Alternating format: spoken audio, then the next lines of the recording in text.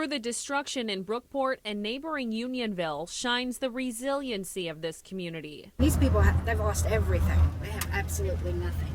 And I just try to give them everything that they need. Lisa Williamson's doing that every day. This volunteer from Mount Sterling Church brings the comforts of home to those who no longer have a roof over their heads. You love fried chicken? All right. Looky here. Thank you, ma'am. From sunup to sundown, They know that I'm going to be there with a hot meal. They know where it's coming from, and they look forward to seeing us. she drives the streets of Brookport and passes what's left of the town, We got some fried chicken.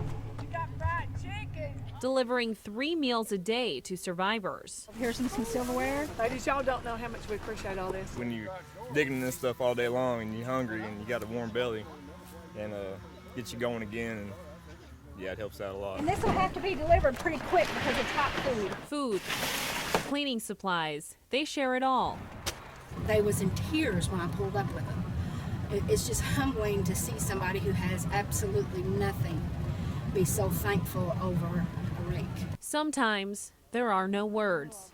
I love them all, and there's no way that we could tell them what it means to us, and it'll never be forgotten. As Carolyn Lewis tries to salvage anything, she's found hope.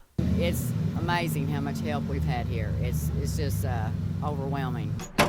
And Williamson has a new appreciation We do it till it's gone. for what's important in life. I can go home and I can go to bed. I have my family. Through the smiles and tears, these survivors, well, they keep her going. And some people, they've lost it all.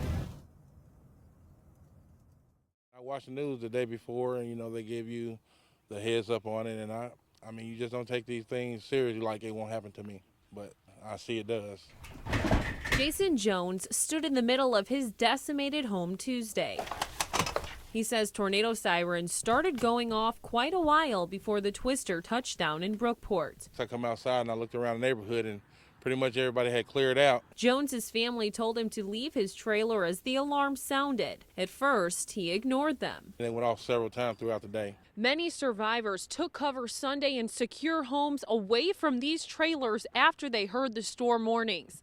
And looking around at the sheer devastation here, it's clear they made the right choice. Jones did just that, riding out the tornado at his daughter's home in another part of town. It don't give you time to think about it. Being prepared is the best thing you can do. Officials say sirens are meant to alert people outside. They advocate the use of weather radios inside homes. Rick Shanklin with the National Weather Service emphasized the importance of taking action when warnings are issued. He's surprised more people weren't killed in Brookport. It's pretty really miraculous that some survived, given how they were picked up and carried by the tornado with the debris of their mobile home. As Jones picks up the pieces of his life, he wants others to realize Mother Nature can exert her power anytime, anywhere. Take safety. Go to a friend's. Go somewhere secure. Don't wait till the last minute because it happens in a matter of seconds. Hour after hour, ice pounded the area, forcing drivers to adapt in the first winter storm of the season. I drove about 20 the whole way. I was scared, so. But I mean, it's not too bad. Just got to be careful. Some had to travel long distances in the wintry mix. We caught up with Matt Cohen earlier, heading up to Chicago. Roads are extremely slippery. There's a lot of slush.